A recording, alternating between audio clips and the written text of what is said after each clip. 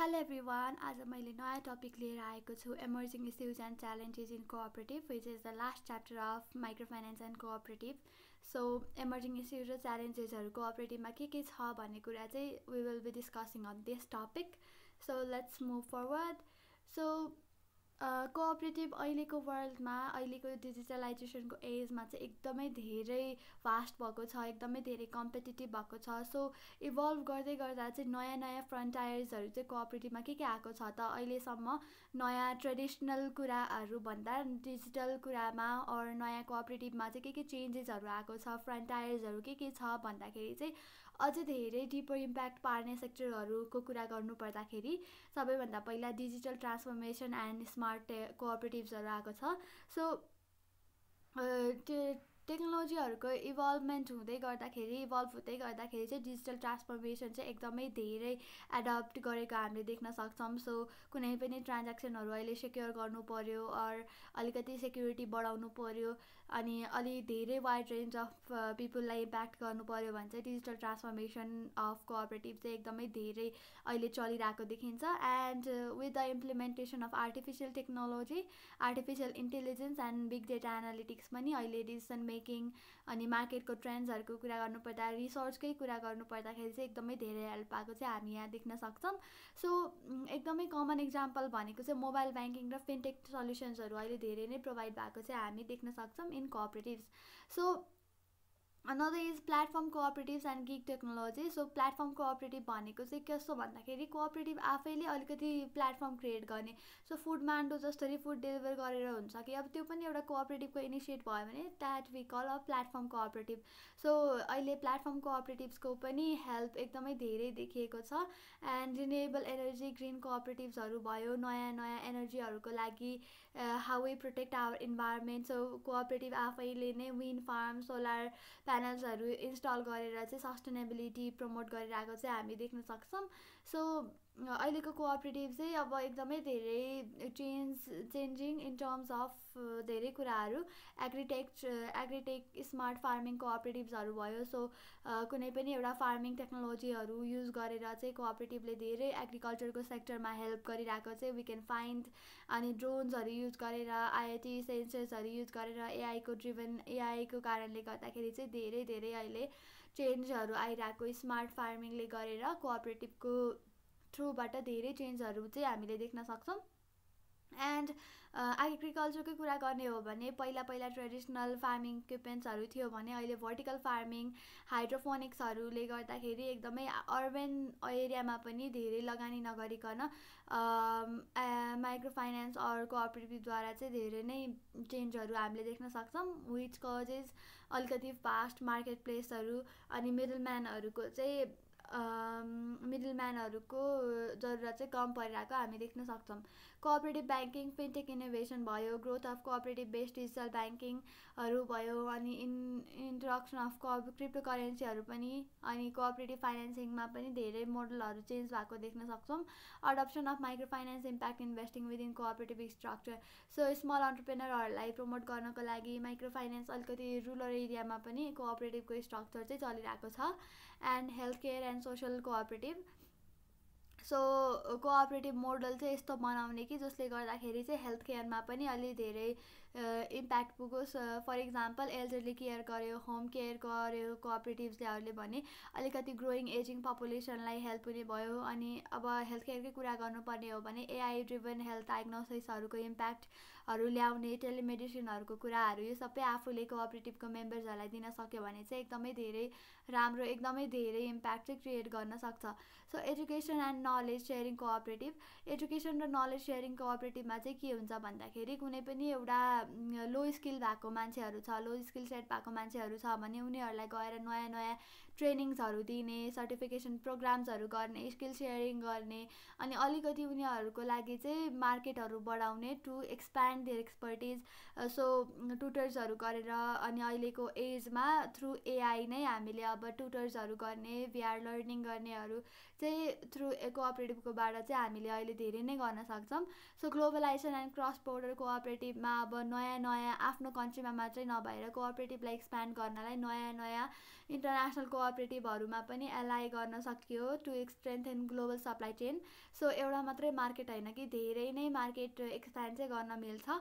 Cooperative led ए commerce प्लेटफर्ममा कुरा गर्नु पर्दाखेरि पनि अब आफूले फार्मरहरूले हिँडेर गएर जति मार्केट प्लेस ल्याउँछ त्यति मात्रै होइन कि अझै नै धेरै ब्रोडर मार्केट प्लेस चाहिँ एक्सप्लोर गर्न मिल्ने भयो टु आर्टिस्टियन्स स्मल प्रोड्युसर सबैको लागि। क्रस बोर्डर कोअपरेटिभहरूले चाहिँ investment fund that support sustainable development project. So बाहिरबाट डोनेसन फन्डहरू अर हामीले नै बाहिर गएर चाहिँ इन्भेस्टहरू धेरै गर्न सकिन्छ। Artificial intelligence and automation in cooperative. So AI driven अब कोअपरेटिभको डे टु डे एडमिनिस्ट्रेटिभ वर्कहरू गर्दाखेरि पनि म्यानेजमेन्ट टुलहरू चाहिँ एआईको युज गर्यो भने कोअपरेटिभ गभर्नेन्सकोबाट डिसिसन मेकिङ गर्नलाई एकदमै धेरै हेल्प भइरहेको हुन्छ। अटोमेटेड प्रोडक्सन प्रोसेसर्सहरू भयो अनि एआई पावरबाट चाहिँ कस्टमर सर्भिस बोटहरू अनि इम्प्रुभ मेम्बर इन्गेजमेन्ट सबै कुराहरू चाहिँ एआईबाट गर्न मिल्यो। सो कोअपरेटिभले चाहिँ के ठाउँमा इम्प्याक्ट गरेको छ अब कसरी इभल्भ भयो भन्ने कुरा त वी अलरेडी नो। सो कोअपरेटिभले गर्दाखेरि चाहिँ के ठाउँमा इम्पावरमेन्ट भएको छ भन्ने कुरा चाहिँ we will be discussing here. So women empowerment भयो कोअपरेटिभ प्लेज एकदमै ठुलो role to promote women empowerment. So उनीहरूलाई अपर्च्युनिटी दिएर लिडरसिपको अलिकति अगाडिपट्टि ल्याएर ल हजुरले यो गर्नुपर्छ भनेर आफ्नो लिडरसिप स्किल बिल्ड गर्न लगाएर अनि सोसियल ठाउँमा पनि अलिकति हुन्छ नि यो मान्छेको इज्जत अलिकति बढोस् भन्ने टाइपको कुनै पनि कामहरू दिएर त्यसरी चाहिँ इनइक्वेलिटी हटाउनलाई जेन्डर ब्यारियर हटाउन इम्प्रुभिङ देयर लाइभलीहुड र ensuring equal access to resources so सबै गर्नको लागि चाहिँ वुमेन इम्पावरमेन्ट हुनको लागि कोअपरेटिभको एकदमै ठुलो हात छ। सो सबैभन्दा पहिला वुमेन इम्पावरमेन्ट गर्नको लागि चाहिँ इकोनोमिक इम्पावरमेन्ट कोअपरेटिभले एकदमै धेरै गरेको छ through income generating opportunity for women. So रुरलमा भएको मार्जिनलाइज कम्युनिटीमा भएको वुमेनहरूलाई चाहिँ डिफ्रेन्ट स्किल्सहरू दिएर ह्यान्डिक्राफ्टको हुन्छ कि एग्रिकल्चरको हुन्छ कि स्मल स्केल इन्डस्ट्रीको हुन्छ कि जे गरेर हुन्छ उनीहरूलाई एउटा इन्कम जेनेरेटिङ अपर्च्युनिटी दिएर उनीहरूलाई आफ्नो फाइनेन्सियल इन्डिपेन्डेन्स दिनको लागि चाहिँ कोअपरेटिभले एकदमै ठुलो भूमिका खेलेको छ। किनभने माइक्रो फाइनेन्स र कोअपरेटिभहरूले चाहिँ अब आफ्नो पैसा सेभ गर्ने एउटा ठाउँ हुँदैन वुमेनहरूको लागि। उनीहरूलाई लोन पत्याउने कोही पनि मान्छे हुँदैन, इन्भेस्ट गर्नको लागि कसैले पनि अलिकति ट्रस्ट गरेर पैसा दिने हुँदैन। तर कोअपरेटिभ गएर चाहिँ उनीहरूलाई ल हजुरले यो काम गर्नु भनेर स्किल पनि दिएर अझ मार्केट पनि दिएर उनीहरूलाई सबै कुरा चाहिँ एकदमै मिलाएर सपोर्ट गर्ने कुरा चाहिँ माइक्रो फाइनेन्स कोअपरेटिभहरूले एकदमै धेरै गरेको छ जसले गर्दाखेरि चाहिँ वुमेनहरूको एउटा इकोनोमिक इम्पावरमेन्ट अनि फाइनेन्सियल सेक्युरिटी चाहिँ एकदमै धेरै इम्प्रुभ भएको चाहिँ हामी देख्न सक्छौँ। And another is leadership and decision making. So decision making भनेको घरमा कोहीलाई पनि नसोधिकन सबै काम म आफै गर्छु भन्ने मात्रै होइन कि डिसिजन मेकिङ भनेको मैले कुनै पनि पैसा खर्च गर्नको लागि चाहिँ सबैजनालाई सोधिरहन नपरोस्, म कहीँ जानको लागि कसैलाई पनि अब सोधिरहन नपरोस् अरू मैले मेरो काम गर्नको लागि चाहिँ कसैलाई पर्मिसन लिन नपरोस् भन्ने हो। सो एउटा इन्डिपेन्डेन्स चाहिँ कोअपरेटिभले प्रोभाइड गरेको हुन्छ। सो एउटा प्लेटफर्म प्रोभाइड गर्छ कोअपरेटिभले जहाँनिर चाहिँ अब आफ्नो रोलहरू निभाउनको लागि वुमेनहरूलाई एकदमै धेरै इन्करेज गरेर चाहिँ काम गर्छ। सो वुमेन लेड कोअपरेटिभहरूमा त अब बिओडीहरू सबै म्यानेजरहरू वुमेनै हुने भयो जसले गर्दाखेरि चाहिँ आफ्नो लिडरसिप क्षमताहरू वुमेनले अझै धेरै एक्सप्लोर गर्न चाहिँ पाउनुहुन्छ। एन्ड ट्रेनिङ प्रोग्राम्सहरूले गरेर चाहिँ आफ्नो अन्टरप्रेन्योरल र म्यानेजरल स्किलहरू चाहिँ वुमेनहरूले एकदमै धेरै डेभलप गर्न चाहिँ सक्नुहुन्छ। And access to resources and markets. So resources र मार्केटमा एक्सेस प्रोभाइड गर्ने काम पनि कोअपरेटिभले गर्छ। अब जस्तै मान्छे केटीहरूलाई चाहिँ के हुन्छ भन्दाखेरि उनीहरूको आफ्नो नाममा के अरे जग्गा हुँदैन, घर हुँदैन, उनीहरूलाई लोन पत्याउने मान्छे हुँदैन, टेक्नोलोजी चलाउन आउँदैन, जुन प्रब्लमलाई चाहिँ कोअपरेटिभले अब आफूले ट्रेनिङ दिएर आफूले सपोर्ट गरेर चाहिँ हेल्प गर्छ। सो कोअपरेटिभको नेटवर्कहरू अहिले लोकली र इन्टरनेसनली धेरै ठाउँमा भएको कारणले गर्दाखेरि चाहिँ पोटेन्सियल वुमेनहरूलाई पनि एकदमै धेरै छ। सो अब वुमेनहरूलाई इम्पावर गर्ने इन्टरनेसनल अर्गनाइजेसन छ भने त उहाँहरूलाई अझै धेरै इन्टरनेसनल एक्सप्लोर गर्नलाई मद्दत हुने भयो। सो डिजिटल प्लेटफर्महरू इकमर्सहरूले गरेर चाहिँ के हुन्छ भन्दाखेरि आफ्नो प्रोडक्टहरू चाहिँ उहाँहरूले डाइरेक्ट कस्टमरलाई नै सेल गर्न सक्नुहुन्छ। सो आफू एउटा इन्डिपेन्डेन्ट बन्ने एकदमै राम्रो माध्यम चाहिँ कोअपरेटिभ बनेको छ। सोसल इम्पावरमेन्ट जेन्डर इक्वेलिटीको कुरा गर्नुपर्दाखेरि पे गर्ने बेलामा इक्वल पे गर्ने, फेयर वर्क कन्डिसन भयो, जेन्डर सेन्सिटिभ पोलिसीहरू अब वुमेनहरूलाई अलिकति चाहिने कुराहरूलाई चाहिँ बढी फोकस गरेर चाहिँ इक्वेलिटी हामीले प्रोभाइड गर्न सक्छौँ। सो वुमेनको पार्टिसिपेसन ले गर्दाखेरि चाहिँ के हुन्छ भन्दाखेरि अहिलेको ट्रेडिसनल जेन्डर रोल्सहरूलाई चाहिँ अझै धेरै राम्रो बनाउने, इम्प्रुभ गर्ने, अब गाउँमा भएको छाउपडी प्रथा अनि धेरै नै डिस्क्रिमिनेसन भएको वुमेनहरूले काम गर्नुहुन्न भन्ने कुरालाई चाहिँ हटाउने काम चाहिँ गर्छ। सो कोअपरेटिभले नै गर्दाखेरि चाहिँ धेरै ठाउँमा के भएको छ भन्दाखेरि वुमेनहरूले आफ्नो कन्फिडेन्स गेन गरेर आफूले अब मेरो राइटको लागि म आफै लड्नु पर्दो रहेछ भनेर रियलाइज गरेर चाहिँ काम गर्नु भएको छ। सो यो कोअपरेटिभहरूले चाहिँ कुन कुन ठाउँमा वुमेनहरूलाई एक्चुअली इम्पावर गर्नुभएको छ भन्दाखेरि चाहिँ एग्रिकल्चरल कोअपरेटिभ भयो, अनि ह्यान्डिक्राफ्ट आर्टिस्टियन कोअपरेटिभ, जसले गर्दाखेरि चाहिँ वुमेनहरू आफै इन्डिपेन्डेन्ट भएर आफ्नो मार्केटहरू एक्सप्लोर गर्न पाउनुहुन्छ। वर्कर लेबर कोअपरेटिभ भयो आफ्नो सिक्युरिटीको लागि, अनि फाइनेन्सियल कोअपरेटिभ क्रेडिट युनियन लोनहरू सेभिङहरूको लागि भयो। हेल्थ केयर सोसल कोअपरेटिभमा चाहिँ अब म्याटर्नल केयर, बच्चा जन्माएपछि कस्तो गर्नुपर्छ, बच्चालाई कसरी हुर्काउनुपर्छ भन्ने कुराहरूको एउटा सपोर्ट चाहिँ कोअपरेटिभले दिइरहेको हामी देख्न सक्छौँ। सो यो भयो वुमेनको लागि चाहिँ कोअपरेटिभले कसरी हेल्प गर्दो रहेछ भनेर। र अब चाहिँ हामी जाऊँ पोभर्टी रिडक्सनमा चाहिँ कसरी हेल्प गर्छ त कोअपरेटिभले भनेर। सो पोभर्टी रिडक्सन भनेको त lack of money, lack of एउटा मान्छेको बेसिक निडै फुलफिल गर्न नसक्ने एउटा कन्डिसन हो नि त। सो त्यो कन्डिसन कसरी रिड्युस हुन्छ भन्दा वेन देयर इज एउटा फाइनेन्सियल लिक्विडिटी, अनि फाइनेन्सियल इन्क्लुजन छ, कोहीसँग अलिकति जब छ, स्टेबिलिटी छ भने त पोभर्टी आफै रिड्युस हुने भयो। So cooperative does exactly that. के गर्छ भन्दाखेरि चाहिँ पोभर्टी रिडक्सन गर्नको लागि एउटा इकोनोमिक इन्क्लुजन, जब क्रिएसन र कम्युनिटी डेभलपमेन्टको लागि चाहिँ एकदमै धेरै हेल्प गरिरहेको हुन्छ। अनि आफ्नो रिसोर्सेस कलेक्ट गरेर फाइनेन्सियल सर्भिसेसको लागि, मार्केट एक्सेस गर्नको लागि चाहिँ कोअपरेटिभले हेल्प गर्छ। अनि एउटा फाइनेन्सियल स्टेबिलिटी र आफ्नो लाइभलीहुड बढाउनको लागि, इम्प्रुभ गर्नको लागि चाहिँ कोअपरेटिभले एकदमै ठुलो भूमिका खेलिरहेको हुन्छ। सो इकोनोमिक इम्पावरमेन्टको कुरा गर्नुपर्दाखेरि चाहिँ अब एउटा सबैजना बिजनेसहरूलाई, फार्मर्सहरूलाई अनि वर्कर्सहरूलाई चाहिँ एउटा फेयर प्राइसिङ, फेयर एउटा राम्रो इन्भाइरोमेन्ट प्रोभाइड गरेर चाहिँ इकोनोमिक इम्पावर गर्छ कोअपरेटिभले। Access to financial services, so साकोसहरू छ, माइक्रो फाइनेन्सहरू छ भने त लो इन्ट्रेस्टमा पुवर हाउस होल्डहरूलाई चाहिँ अलिकति इन्भेस्ट गर्नलाई, अनि जसको चाहिँ मार्केट छैन त्यहाँनिर गएर फाइनेन्सियल सर्भिसेसहरू दिएर, लोनहरू दिएर चाहिँ सपोर्ट गरिरहेको हुन्छ।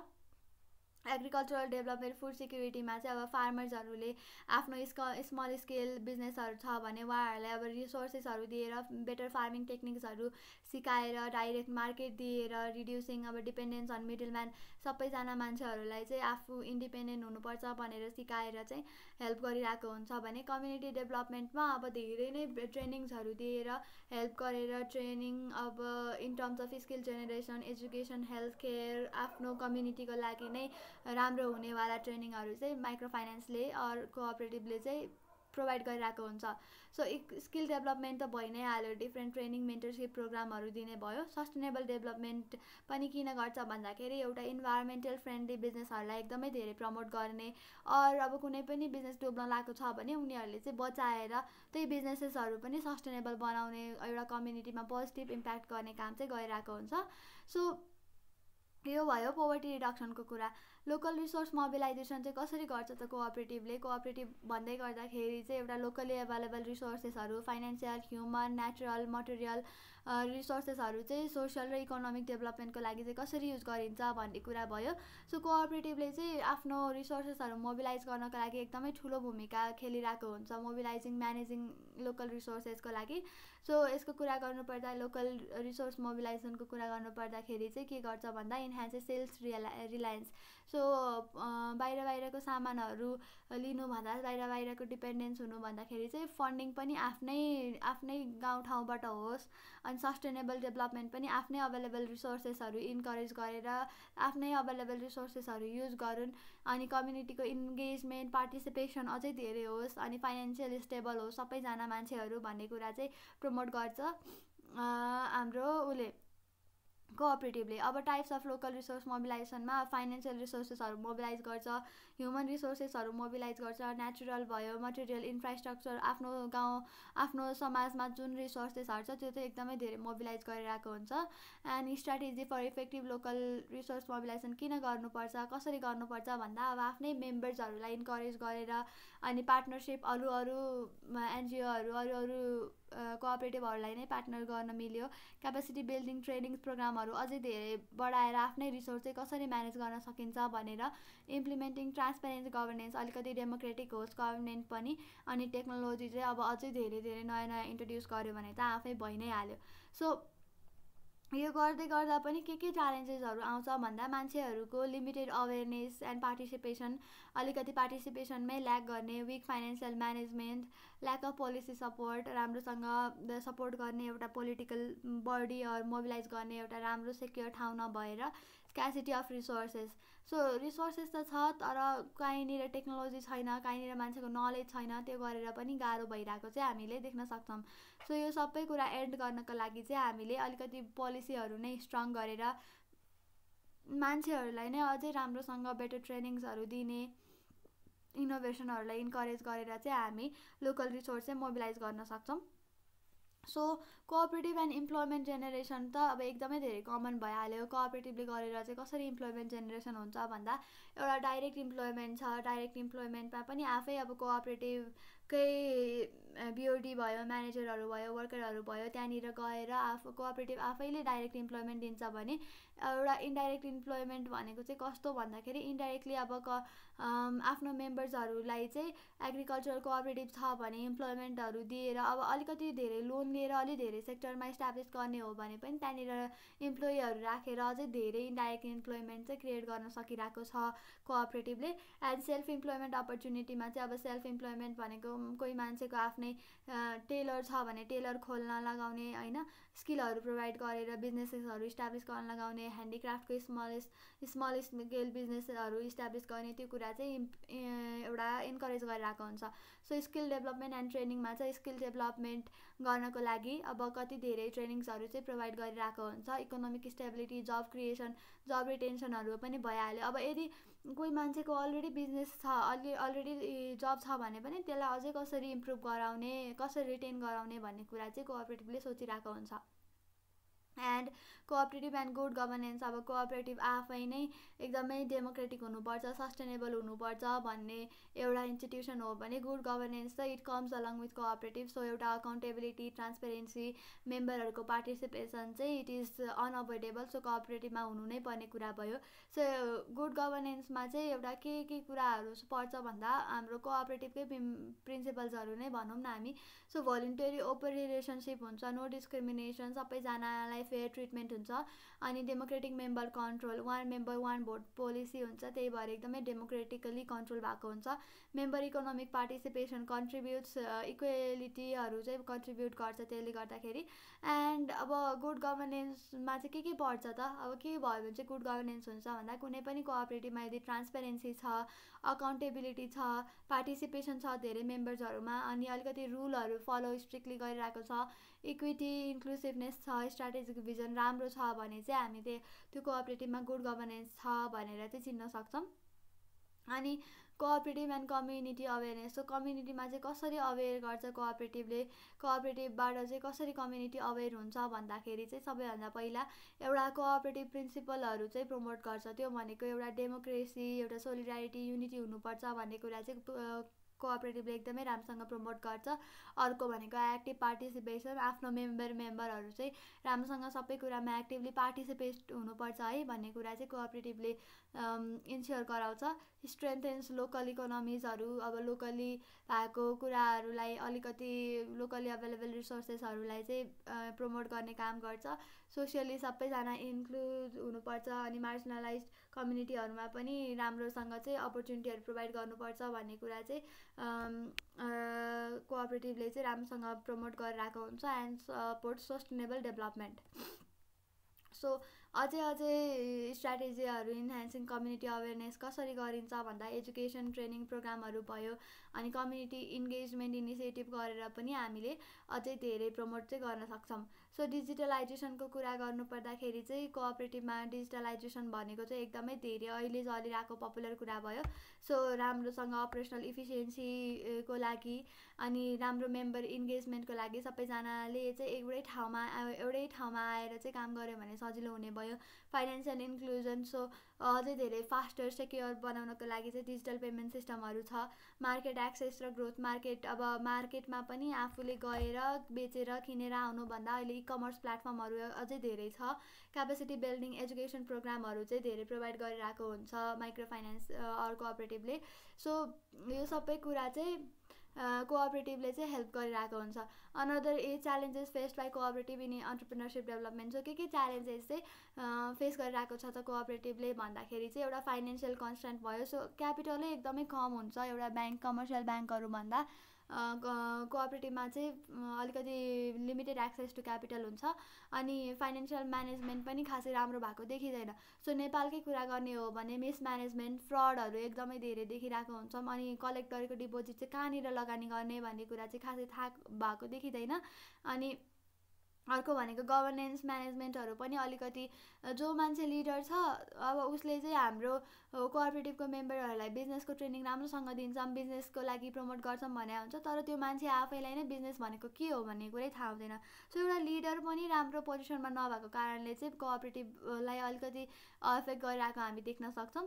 अर्को भनेको कन्फ्लिक्ट अफ इन्ट्रेस्ट भइहाल्यो। सो एउटै गोल भएको कोअपरेटिभ भए एकदमै राम्रो टकटक काम हुन्छ, तर मल्टिपर्पज कोअपरेटिभ छ भने त त्यहाँनिर कन्फ्लिक्ट अफ इन्ट्रेस्ट हुने नै भयो। अनि प्रोफेसनल म्यानेजमेन्ट चाहिँ अलिकति भएको देखिँदैन कोअपरेटिभमा। अनि मार्केटहरूको कुरा गर्ने हो भने मार्केट खासै राम्रो देखिँदैन किनकि मान्छेहरू सबैजना चाहिँ अलिकति प्रफिट ड्रिभन कोअपरेटिभमा चाहिँ गएको देखिन्छ। So yes, this is all for the chapter of microfinance and cooperative. I hope you guys understood what the concept and what are the emerging issue of cooperative is. अनि कुन ठाउँमा चाहिँ कोअपरेटिभले राम्रो काम गरिरहेको छ भन्ने कुरामा पनि I hope I made you guys clear. So don't forget to like, share and subscribe to my channel everyone. Bye bye.